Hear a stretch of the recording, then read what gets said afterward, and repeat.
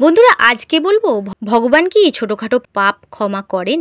আমাদের দৈনন্দিন জীবনে হয়তো আমরা অনেক সময় অনিচ্ছাকৃতভাবে বা অসচেতনভাবে কিছু পাপ করে থাকি, কিন্তু প্রশ্ন হলো এই ক্ষুদ্র পাপগুলির জন্য কি ভগবান আমাদের শাস্তি দেন, নাকি তিনি দয়া করে ক্ষমা করেন। এবং বলবো যে কিভাবে ভগবানকে সন্তুষ্ট করবেন। ভগবানের করুণা লাভের জন্য কিছু পথ অনুসরণ করতে হবে। সেই পথগুলি কি কি? এই সকল প্রশ্নের উত্তর জানতে ভিডিওটি সম্পূর্ণ দেখার অনুরোধ করব। ভিডিও শেষে এই সকল প্রশ্নের উত্তর আমি দেব। নমস্কার বন্ধুরা, আমার প্রত্যাহিক জীবন ও ধর্মকথা চ্যানেলে আপনাদের সকলকে স্বাগত জানাই। ভিডিওটি শুরু করার আগে সকলকে অনুরোধ করব কমেন্টে জয় শ্রীকৃষ্ণ অবশ্যই লিখবেন। মূল পর্বে যাওয়ার আগে চলুন আগে বলি পাপ শব্দের অর্থ কী। পাপ শব্দের অর্থ হলো অসৎ কর্ম বা অনৈতিক কাজ। শাস্ত্রে পাপ দুই ধরনের আছে। মহাপাপ অর্থাৎ হত্যা, চুরি, প্রতারণা, এগুলো গুরুতর অপরাধের মধ্যে পড়ে। আর লঘু পাপ বা ছোটোখাটো পাপ, মিথ্যা বলা, কারোর মনে অল্প কষ্ট দেওয়া, ক্রোধ করা, অলসতা, লোভ ইত্যাদি। চলুন বন্ধুরা, এবার বলি যে ভগবান কি সত্যিই সকল পাপের ক্ষমা করেন নাকি করেন না। যদি করে থাকেন, কেন এই পাপগুলির ক্ষমা করেন? এটি জানতে একটি ছোট গল্প আপনাদের শুনতে হবে। মন দিয়ে শুনুন। একবার ভগবান শ্রীকৃষ্ণ অর্জুনের সঙ্গে নগর পরিক্রমণ করতে বের হলেন। এইভাবে অনেকক্ষণ ঘুরতে ঘুরতে দুজনা একসময় একটি বনের কাছে এসে উপস্থিত হলো। তখন তারা সেখানে একটি গাছের নিচে একটু বিশ্রামের জন্য বসে পড়লেন। তারা বসার কিছুক্ষণের মধ্যেই শুনতে পান কিছু মানুষ চোর চোর বলে চিৎকার করছেন। ঠিক তখনই তারা দেখেন একটি মানুষকে তাদের দিকে ছুটে আসতে। তখন অর্জুন বুঝতে পারলেন যে এটাই চোর, আর অর্জুন সঙ্গে সঙ্গেই সেই মানুষটিকে ধরে ফেলে। অর্জুন তখন সেই ব্যক্তিটিকে বললেন, সুস্বাস্থ্য গঠিত ও বলবান হওয়া সত্ত্বেও তুমি চুরি করছো? তোমার কি লজ্জা করে না? এরই মধ্যে গ্রামবাসীরা সেখানে উপস্থিত হন এবং চোরটিকে তাদের হাতে ছেড়ে দেওয়ার দাবি জানান। তখন শ্রীকৃষ্ণ নিজের এবং অর্জুনের পরিচয় দিয়ে গ্রামবাসীদেরকে বললেন, আপনারা সকলে এই ব্যক্তিটিকে চোর কেন বলছেন? এই মানুষটি আপনাদের কি চুরি করেছে? তখন গ্রামবাসী উত্তরে বলল, হে প্রভু, এই দুষ্ট মানুষটি আমাদের বাগান থেকে একটি ফল চুরি করেছে। এই জন্য এই চোরটিকে আমাদের হাতে তুলে দিন। সকল গ্রামবাসীরা মিলে এই চোরটিকে সাজা প্রদান করবে। তখন শ্রীকৃষ্ণ এই মানুষটিকে জিজ্ঞাসা করলেন, তুমি কি সত্যিই চুরি করেছ? আর যদি সত্যিই চুরি করে থাকো, তাহলে কেন এই চুরি করলে? তখন সেই চোরটি বলল, হে প্রভু, আমি খুবই ক্ষুধার্ত ছিলাম। সেই কারণে এই পাপ আমি না চাইতেও করে ফেলেছি। এটা শোনার পর শ্রীকৃষ্ণ গ্রামবাসীদের বললেন, এই ব্যক্তি নিজের দোষ স্বীকার করে নিয়েছে এবং সাজাস্বরূপ সে 1 মাস পর্যন্ত আপনাদের খেতে কাজ করবে।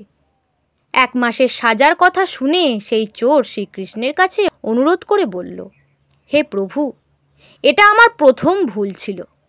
কৃপা করে আমাকে ক্ষমা করুন। ক্ষমার কথা শোনার পরেই শ্রীকৃষ্ণ তার সাজা 1 মাস থেকে 6 মাস করে দেন। শ্রীকৃষ্ণের সাজার কথা শোনার পর গ্রামবাসীরা সেই চোরটিকে নিয়ে সেখান থেকে চলে যান। অন্যদিকে অর্জুন আবার সেই পুরো ঘটনাটিকে খুব ভালোভাবে লক্ষ্য করছিলেন। যখন সকল গ্রামবাসীরা সেখান থেকে চলে যান, তখন অর্জুন মনের মধ্যে কৌতূহলবশত শ্রীকৃষ্ণের কাছে জিজ্ঞাসা করেন, হে বাসুদেব, চোরের মতে এটি তার প্রথম ভুল ছিল, তাহলে আপনি তার ক্ষমা চাওয়ার পরেও তার সাজা কমানোর বদলে বরং বাড়িয়ে দিলেন। এমনটা কেন করলেন? কৃপা করে আমাকে একটু বলুন। এটা শোনার পর শ্রীকৃষ্ণ প্রথমে তো একটু হাসলেন এবং তারপরে বললেন, হে পার্থ, যাকে তুমি ছোট পাপ বলে মনে করছো, সেই ছোট ছোট পাপগুলি পরবর্তীতে বড় আকার ধারণ করে। আর এই পাপগুলি থেকেই মানুষরা সর্বদা তাদের নজর এড়িয়ে থাকে। মানুষ এটা ভাবে না যে এই ছোট ছোট পাপগুলি পরবর্তীকালে বড় আকার ধারণ করতে পারে। এরপর শ্রীকৃষ্ণ অর্জুনকে বললেন, এই বিষয়টি তোমাকে বোঝানোর জন্য আমি তোমায় একটি গল্প বলছি, তাহলে হয়তো তুমি ভালোভাবে বুঝতে পারবে। আর অবশেষে তুমি আমাকে বলবে যে এই চোরটির সঙ্গে ঠিক করেছি নাকি ভুল। এরপর ভগবান শ্রীকৃষ্ণ তার গল্পটি শোনাতে শুরু করলেন। এক সময় এক ব্রাহ্মণ দরিদ্রতার কারণে দুঃখী হয়ে রাজার কাছে কিছু সাহায্য চাইতে আসে। আর সেই রাজা ছিল খুবই দয়ালু, কিন্তু এরই সাথে ছিল খুবই চতুর। তিনি সকলকে দান করতে ভালোবাসতেন, কিন্তু তার একটি শর্ত ছিল, আর সেই শর্ত যে পূরণ করতে পারত রাজা শুধু তাকেই দান করত। রাজা কাউকে দান করার আগে সেই ব্যক্তি বা পাত্রকে পরীক্ষা করে দেখে নিতেন যে এই পাত্রটি সুপাত্র নাকি অপাত্র, মানে ভালো নাকি খারাপ। আর রাজার এই পরীক্ষায় পাশ করতে পারলেই রাজা সেই ব্যক্তিকে তার ইচ্ছা মতো দান করতেন। রাজা দান করার আগে মানুষের পরীক্ষা নেওয়ার জন্য 4টি দরজা নির্ধারণ করলেন, আর সেই প্রত্যেক দরজায় একটি করে শর্ত ছিল। এই 4টি দরজার প্রত্যেকটি শর্ত পূরণ করতে পারলে তবেই সে রাজার কাছে দান চাইতে পারবে। সেই দরিদ্র ব্রাহ্মণ রাজার মহলের কাছে পৌঁছানোর পর মহলের প্রথম দরজা দিয়ে ভিতরে প্রবেশ করে। প্রথম দরজা দিয়ে ঢুকতেই এক গণিকা ব্রাহ্মণের দিকে এগিয়ে আসে এবং তাকে জিজ্ঞাসা করে, আপনি রাজমহলের ভিতরে কেন যেতে চান? তখন ব্রাহ্মণ উত্তরে বলে, আমি রাজার কাছে কিছু ধন সম্পত্তির সাহায্য নিতে এসেছি। তখন সেই গণিকা বলে, হে ব্রাহ্মণদেব, আপনি রাজার কাছে ধন সম্পত্তি চাইতে অবশ্যই যান, কিন্তু এই দুয়ারটিতে রাজা আমাকে অধিকার দিয়ে রেখেছে। এই কারণে আমার অনুমতি ছাড়া আপনি ভিতরে প্রবেশ করতে পারবেন না। আমি একজন গণিকা, অতএব আমাকে সন্তুষ্ট না করে আপনি ভেতরে যেতে পারবেন না। একজন গণিকার মুখে এরকম কথা শুনে ব্রাহ্মণের মাথা নিচু হয়ে যায়। এরপর সেই ব্রাহ্মণ ধিক্কার জানায়। তখন সেই গণিকা ব্রাহ্মণকে বলেন, তাহলে আপনি অন্য দরজা দিয়ে ভিতরে যান। তারপর সেই ব্রাহ্মণ অধর্ম করার থেকে ভালো অন্য দরজা দিয়ে যাওয়াই শ্রেয় বলে মনে করল। এরপর যখনই সেই ব্রাহ্মণ দ্বিতীয় দরজা দিয়ে ভিতরে প্রবেশ করে, তখনই তার সামনে দুজন দুয়ার রক্ষক এসে দাঁড়ায়। আর তারা ব্রাহ্মণকে বলে, এই দুয়ারের দায়িত্ব রাজা আমাদেরকে দিয়েছে। যে আমাদের শর্ত মেনে নেবে তারাই কেবল এই দুয়ার দিয়ে ভিতরে যেতে পারবে। এরপর তারা ব্রাহ্মণকে বলে, আমাদের মাংস অতি প্রিয়, আর এখন ভোজনের সময়ও হয়ে গেছে, আর আজকে ভোজনে হরিণের মাংস রান্না হয়েছে। তাহলে চলুন, আগে আপনি আমাদের সঙ্গে শান্তিপূর্ণভাবে ভোজন করুন, তারপর মহারাজের সঙ্গে দেখা করবেন। এই কথা শুনে ব্রাহ্মণ বলে, আমি একজন নিরামিষাশী, আমি মাংস খেতে পারবো না। এটা শুনে এই দুয়ার রক্ষকরা পরিষ্কার জানান তাহলে তারাও তাকে এই দুয়ার দিয়ে মহলে প্রবেশ করতে দেবে না, আপনাকে অন্য দরজা দিয়েই যেতে হবে। এরপর ব্রাহ্মণ তৃতীয় দুয়ারে গিয়ে পৌঁছায়। সেখানে গিয়ে ব্রাহ্মণ দেখে কিছুজন নেশা জাতীয় দ্রব্য পান করছিল। ব্রাহ্মণ তাদেরকে না দেখার ভান করেই ভেতরে যেতে শুরু করে। এক ব্যক্তি ব্রাহ্মণকে এসে বলে, আমাদের সঙ্গে একটু নেশা করে নাও, তবেই তুমি ভিতরে যেতে পারবে। ব্রাহ্মণ এটাকে উচিত মনে না করে চতুর্থ দরজা দিয়ে প্রবেশ করতে থাকে। চতুর্থ দরজা দিয়ে প্রবেশ করার সময় ব্রাহ্মণ দেখেন সেই দরজার কাছে কিছু লোক সেখানে জুয়া খেলছে। তাদের শর্ত ছিল এই দুয়ার শুধুমাত্র জুয়ারিদের জন্য। যে ব্যক্তিরা জুয়া খেলবে তারাই এই দরজা দিয়ে প্রবেশ করতে পারবে। জুয়া খেলা ধর্মের বিরুদ্ধ ছিল। ব্রাহ্মণ খুব চিন্তিত হয়ে পড়েন। সে ভাবতে থাকে যে কি করে ভিতরে যাবে, কারণ 4টি দরজাই ধর্মের বিরুদ্ধে শর্ত রয়েছে। আবার অন্যদিকে সেই ব্রাহ্মণের অর্থের খুবই প্রয়োজন, তার রাজার সঙ্গে দেখা করতেই হবে। এরপর শ্রীকৃষ্ণ অর্জুনকে বলছেন, হে পার্থ, তার একদিকে ধর্ম ছিল এবং অন্যদিকে ধর্মের বিরুদ্ধে শর্ত ছিল। এই দুটি নিয়ে তার মনের মধ্যে যুদ্ধ হতে শুরু করলো। আর তখনই সে সব থেকে বড় ভুল করে। সে মনে করে জুয়া খেলা খুব ছোট পাপ।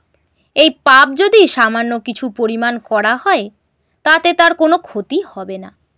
তারপর এই ব্রাহ্মণ ভাবে যে তার কাছে 2 টাকা রয়েছে, এই 2 টাকা দিয়ে যদি সে জুয়া খেলে সে ভিতরে যাওয়ার অনুমতি পাবে। এইভাবে সে জুয়া খেলতে শুরু করে। জুয়া খেলতে শুরু করার পর তার কাছে প্রথমে 2 টাকা থেকে 4 টাকা হয়, 4 টাকা থেকে 8 টাকা, 8 টাকা থেকে 10 টাকা, এইভাবে সে টাকা জিততেই থাকে। এরকম পরিস্থিতিতে ব্রাহ্মণ রাজার কাছে যাওয়ার কথা ভুলেই যায় আর সে জুয়া খেলায় প্রচুর পরিমাণে মত্ত হয়ে যায়।